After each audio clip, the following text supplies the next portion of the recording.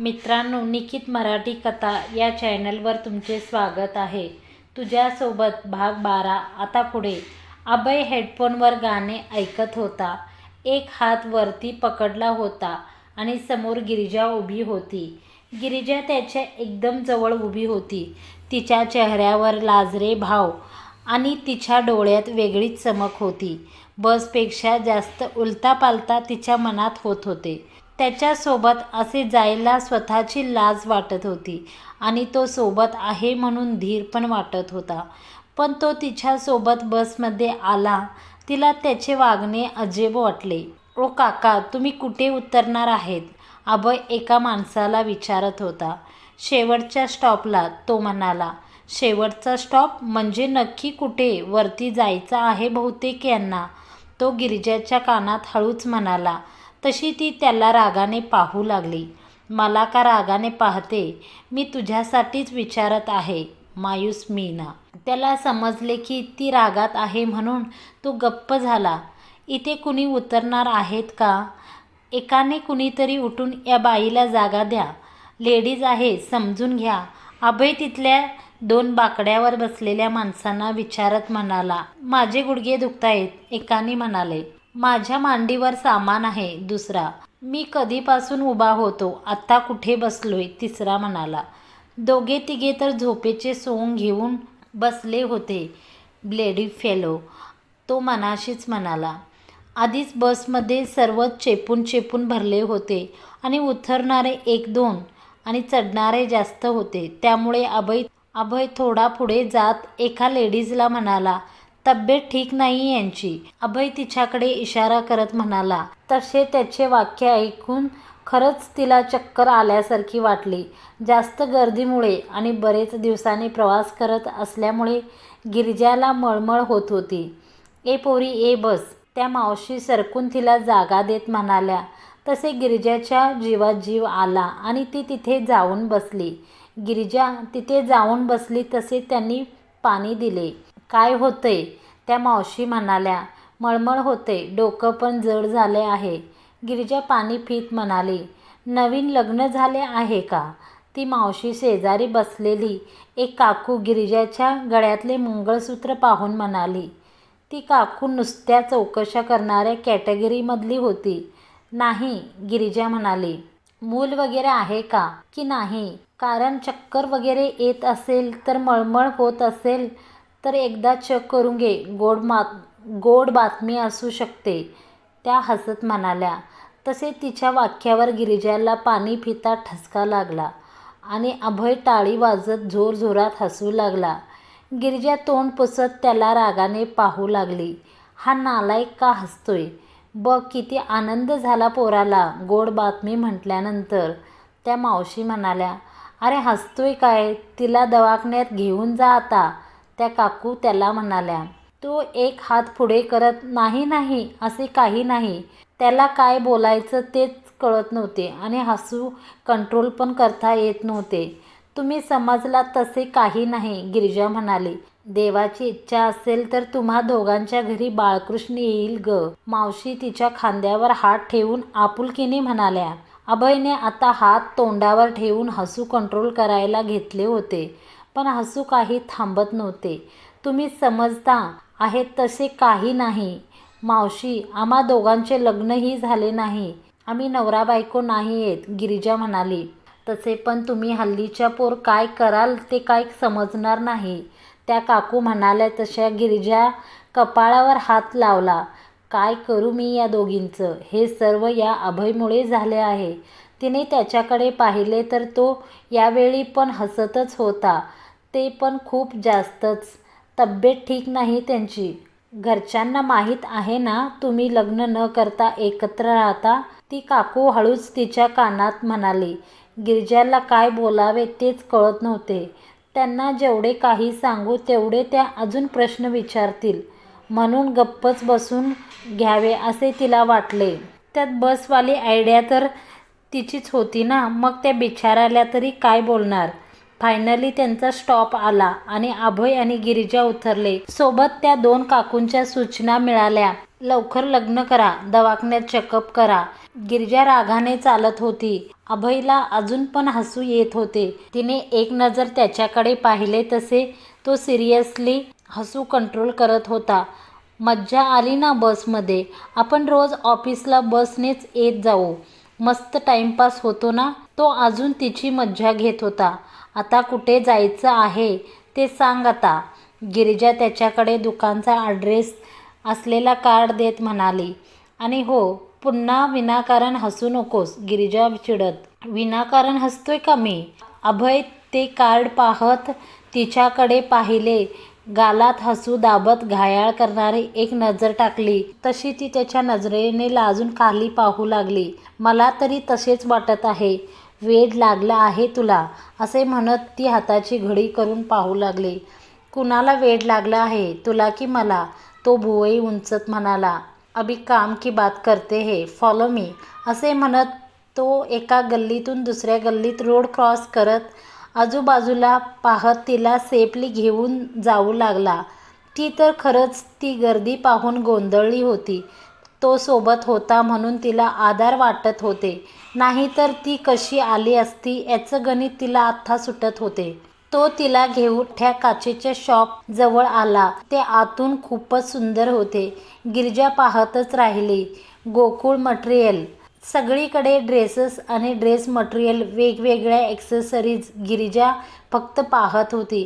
तिथे सर्व प्रकारचे कपडे मिळत होते. मायराने गिरिजाला व्हॉट्सअपवर पाठवलेली लिस्ट आणि फोटोज पाहू लागली आणि त्यानुसार ते कापड पाहू लागली. इकडे तिकडे फिरत होती. कापड पारखावून देखत होती. अभय तिला दूर उभा फक्त पाहत होता. तिच्यासोबत असणे त्याला इतकं सुखवत होतं जणू काही तिच्या जीवनाचा एक भाग आहे आणि तिने सोबत असावे यासाठी सुरू असलेली त्याची धडपड ती त्याची होणार नाही किंवा त्यात प्रेम होणेही शक्य नाही, तरीही तिला आनंदी ठेवण्यासाठी त्याचा झुरणारा जीव, तिची काळजी घेताना मिळणारा समाधान काही वेगळंच होते. हा रंग कसा वाटतो अभय? गिरिजाने सहज विचारले तसे तो भानावर येत म्हणाला. त्याने तिथे असलेल्या एका मटेरियलमधून एक गुलाबी फिक्कट शेड असलेला बनारसी वर्क असलेला कापड आणून तिच्या हातामध्ये दिला. यातले मटेरियल नको आहे मायराला, गिरिजा म्हणाली. मायराला नाही, हा तुझ्यासाठी आहे. याचा कुर्ता तुला छान वाटेल. हवे तर मी पैसे देतो, अभय म्हणाला. काही गरज नाही, गिरिजा म्हणाली. पण त्याचा चेहरा पडला. आणि तो माघारी घेऊन जाणार? तोच ती म्हणाली. ते कापड असू दे, मी घेईन, पण पैसे पण मीच देईन. असे म्हणत ती हसली. तसे त्याच्या चेहऱ्यावर आनंद अवर्णनीय होता. ते दोघेही तिथे बराच वेळ शॉपिंग करत होते. पण तिच्यासोबत अभयला अजिबात बोर वाटत नव्हते. तिची सोबत त्याला हवीहवीशी वाटत होती. पण का? त्यालाही हा प्रश्न सुटत नव्हता. पण ती पण आता त्याच्याशी चांगले बोलत होती, वाद न करता. अधूनमधून त्याला कामाचे फोन येत होते. मायराने जेवढे सांगितले होते तेवढे सामान घेतले होते. काही वस्तू घेण्यासाठी त्यांना दुसरीकडे जायचे होते. मग ज्वेलरी मेकिंगसाठी काही साहित्य घेतले. त्यांनी बनवलेले ड्रेसेसवर तिला ज्वेलरी डिझायनिंग करायची होती. ती वस्तू घेत असताना त्या दोघांना एका माणसाने एकत्र पाहिले आणि लगबगीने फोनमध्ये त्या दोघांचे फोटो काढले. कोण होता तो माणूस? फोटो काढून तो गपचूप तिथून निसटला. थोड्या वेळात त्यांचे शॉपिंग झाले. तसे अभयने कॅब बुक केले आणि ते पुन्हा ऑफिसमध्ये गेले. संध्याकाळी ऑफिस सुटल्यावर गिरिजा आणि स्नेहा दोघी पण स्नेहाच्या स्कूटीवर गॅरेजवर गेल्या. स्नेहाची कार रिपेअरिंगसाठी दिली होती. मुळात तिने घेतानाच ती सेकंड हँड घेतली होती आणि 5 वर्षे वापरलीही होती. पण त्यातही तिने बरेचदा मागे पुढे ठोकली होती. त्यामुळे तिची कार नेहमीच काहीतरी कुरकुर करायची. आधी कुठे बंद पडेल अशी झाल्यावर तिने तिला नवीन बनवण्यासाठी गॅरेजमध्ये आणून टाकली होती. तिची कार आत्ता रेडी होती. व्हाईट कलरची स्विफ्ट होती. गाडी रेडी हो गई क्या भाई? स्नेहा गॅरेजवाल्या भैयाला विचारले. अरे कब की हो गई है, आप आई नहीं लेने के लिए? तो म्हणाला, ठीक आहे, बिल दे, कितना हुआ, असे म्हणत स्नेहाने बिल दिले. गिरिजा एका बाजूला स्कूटीजवळ उभी होती की तिथे गाडी चेक करायला आलेला अतुल दिसला. आधी तर तिने त्याला ओळखलेच नाही, पण नंतर ती चकित झाली. किती बदलला होता तो. खूप वर्षांनी पाहिल्यामुळे असा दिसत होता का? लग्नाला जरी 7 वर्ष झाली असली तरी त्याचे नाते फक्त 3 ते 4 वर्षाचे होते. नंतर तर त्याने फक्त तिला दोष द्यायचं काम केलं. एकदाची कशी त्याच्या आयुष्यातून निघून जाईल असा विचार करून त्यांनी सर्वपरीने तिच्या बाबतीत काढून घेतले होते. तरीही ती संसार सांभाळत होती एकटीनेच. तिला त्याची गरज होती तिच्या मुलीच्या भविष्यासाठी. किती सहन केलं होते तिने. सर्वच आज त्याला पाहून तिला पुन्हा आठवले. वेळेचे घाव वेळेतच भरून टाकावे, ती त्याला अजूनही नवरा समजत होती. गळ्यात साधेसे मंगळसूत्र होते. खरे मंगळसूत्र त्याने रागाने तोडून टाकले होते. तेव्हापासून ती साधेच वापरत होती. तिच्यापासून फक्त हाकेच्या अंतरावर तो उभा होता, पण तिला आवाज द्यायला विचार पडला होता. माझ्याशी नीट बोलेल का तो, की अनोळखीही दाखवणार नाही? त्याला माझी आठवण येत असेल का? आदितीची आठवण येत असेल का? हे सर्व प्रश्न फक्त प्रश्न होते. त्यात जिवंतपणा नव्हता. ते वाऱ्याने क्षणात विरघळून जाणाऱ्या इतके पोकळ होते आणि निरर्थक होते. इतक्यात त्याने तिच्या दिशेने पाहिले आणि तो थबकला.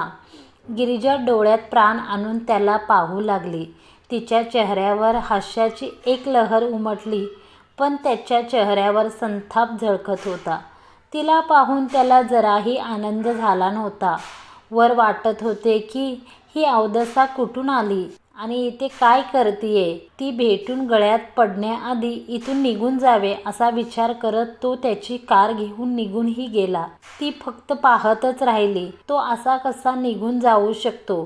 त्याला वाटले नाही की मी कशी आहे विचारावे, आदिती कुठे आहे ते विचारावे. तिच्या डोळ्यात पाणी तरळले. का अपेक्षा ठेवली होती तिने त्याच्याकडून? मूर्ख होती ना ती. तिचं मन अजूनही जुन्या परंपरांना धरून होते. पती म्हणजे परमेश्वर, पण एखादा असतोच असा की तो त्या लायक नसतो, कधीही बनू शकत नाही, जसा की अतुल. तिने अश्रू टिपले. त्याला पाहिल्याचं समाधान मिळाले, बाकी तर काही नव्हते तिच्या नशिबात. इतक्यात स्नेहा तिची कार घेऊन आली आणि हॉर्न दिला तशी गिरिजा भानावर आली. तिला पाहून स्नेहाने कारचं दार उघडलं. ही गाडी कधी घेतली होती तू? बोलली नाहीस मला, गिरिजा म्हणाली. अगं कधीच, 5 वर्ष झाली, पण सेकंड हँड होती म्हणून कुणाला जास्त काही सांगितले नाही. बस ना, स्नेहा म्हणाली. मस्त आहे, एकदम नवीन वाटते. अगं गॅरेजमध्ये होती, 2 महिने झाले, आज घेऊन जात आहे, स्नेहा म्हणाली. गिरिजा बसली. तिने अतुल दिसलेले काही विषय तिला सांगितले नाही. स्कूटीचं काय, ती इथेच ठेवणार आहे का? गिरिजा म्हणाली. हो, ती त्याच्याकडूनच घेतली होती रेंटवर, मला ऑफिसला जाण्यासाठी, स्नेहा ड्राईव्ह करत म्हणत होती. अच्छा, बरं, तू ड्राईव्ह पण शिकून घेतली? हो, तू पण शिकशील गं, स्नेहा म्हणाली. मी शिकून काय करू? मला एवढी मोठी गाडी कधी घेता येईल की नाही काय माहीत, गिरिजा म्हणाली. अगं घेशील गं, अशा 10 पण घेशील, फक्त होप्स ठेव. दुसरं काय? दोघी फ्लॅटवर पोहोचल्या आणि फ्रेश होऊन गिरिजाने दोघींसाठी कॉफी बनवली होती. दोघी कॉफी पीत गप्पा मारत बसल्या होत्या. काय अभय तुझ्यासोबत बसने आला होता? आय कॉन्ट बिलीव्ह. मला विश्वासच बसत नाही, स्नेहा चकित होऊन म्हणाली. कारण तो अजिबात कुठे ॲडजस्ट करत नाही आणि बसमध्ये उभ्याने प्रवास करणे खूपच महान काम केलं त्याने. स्नेहा विचारात पडली होती. त्याची फॅमिली कुठे आहे? आय मीन त्याचे आई बाबा वगैरे, ते त्यांच्यासोबत राहत नाही का? गिरिजाने हळूच प्रश्न केला. नाही, तो एकटाच राहतो. त्याने कधी सांगितले नाही, पण जेव्हापासून आमची मैत्री झाली तेव्हापासून समजले की तो त्याच्या करिअरसाठी घर सोडून आला आहे आणि त्याच्या घरच्याविषयी काही विचारले तर त्याला आवडत नाही. तो चिडतो लगेच, म्हणून आपण कधी विचारत नाही, स्नेहा म्हणाली. तसे गिरिजा विचारात हरवली. तो पण माझ्यासारखा घर सोडून आला आहे, ते पण करिअरसाठी. चल, एक गोष्ट तरी कॉमन आहे आमच्यात, म्हणजे दिसतो तितका क्रेझी नक्कीच नाही तो. तिला स्वतःशी हसू आले. रात्री तो बिछाण्यावर पडलेला होता. त्याला त्याच्या एक गर्लफ्रेंडचा कॉल आला होता. तो तिच्याशी बोलत होता, पण त्याच्या डोळ्यासमोर अजूनही गिरिजाचा चेहरा फिरत होता. बसमध्ये जेव्हा त्याने तिला पकडले होते, किती लाजली होती ती. नजर पण मिळवायला तयार नव्हती. एवढे काय त्यात, इतना तो चलता है. पण तिला तसे लाजलेले पाहून त्याच्या मनात पण मोरपीस फिरले होते. तो स्पर्श तिच्यासाठी लाजरा होता, त्यामुळे त्याच्यासाठीही होता. नाहीतर एक दोन भेटीत त्याच्या बेडरूममध्ये त्याच्या मिठीत येणाऱ्या काही कमी नव्हत्या. अभय, आर यू देअर? समोरून त्याची गर्लफ्रेंड म्हणाली. नो, आय मीन मला एक अर्जंट कॉल करायचा आहे. बाय, मी नंतर फोन करतो तुला. म्हणून असे त्यांनी फोन ठेवून दिले. गिरिजाला फोन करायचा विचार मनात आला, पण एवढ्या रात्री फोन केला तर ती माझ्याबद्दल काय विचार करेल. आता कुठे नीट बोलतीये. म्हणून तो जाऊन पीसीवर त्याचा काम करू लागला. बराच वेळ गेला. तो त्याच्या पीसीवर फोटो सिलेक्शनचे काम करत होता. कव्हर पेजवर हवा तसा फोटो अजून मिळाला नव्हता. तो सर्व फोटोज स्क्रोल करून पाहत होता. गिरिजाचा त्याने काढलेला एक फोटो दिसला. एकदम नॅचरल फोटो होता. त्याने तो ओपन केला आणि पाहू लागला. किती सिंपल, किती सुंदर, लाईक माय मॉम. तसे त्याला आपल्या आईची आठवण आली आणि तो आपल्या आईला फोन केला. आईशी बराच वेळ गप्पा झाल्या. फोन ठेवत पुन्हा कम्प्युटर जवळ आला आणि तिथे स्क्रीनवर असलेला फोटो कव्हर पेजवर असायला हवे असा विचार करत तो पुन्हा तिला आठवू लागला. तिचे ते टपोरी चॉकलेटी डोळे आणि नाजूक ओठ, गंभीर चेहऱ्यामागे लपलेली सुंदरता, ती त्याच्यासाठी आता खूप स्पेशल झाली होती. भाग कसा वाटला नक्की कमेंटद्वारे कळवा. तुमचा एक लाईक आमच्यासाठी प्रोत्साहन आहे. याच्या पुढील भाग पाहण्यासाठी आपल्या चॅनलला सबस्क्राईब करून घ्या आणि समोरचे बेल आयकॉन प्रेस करून ऑलवर सिलेक्ट करा आणि असेच नवनवीन व्हिडिओ तुम्ही पाहत जा. धन्यवाद मंडळी.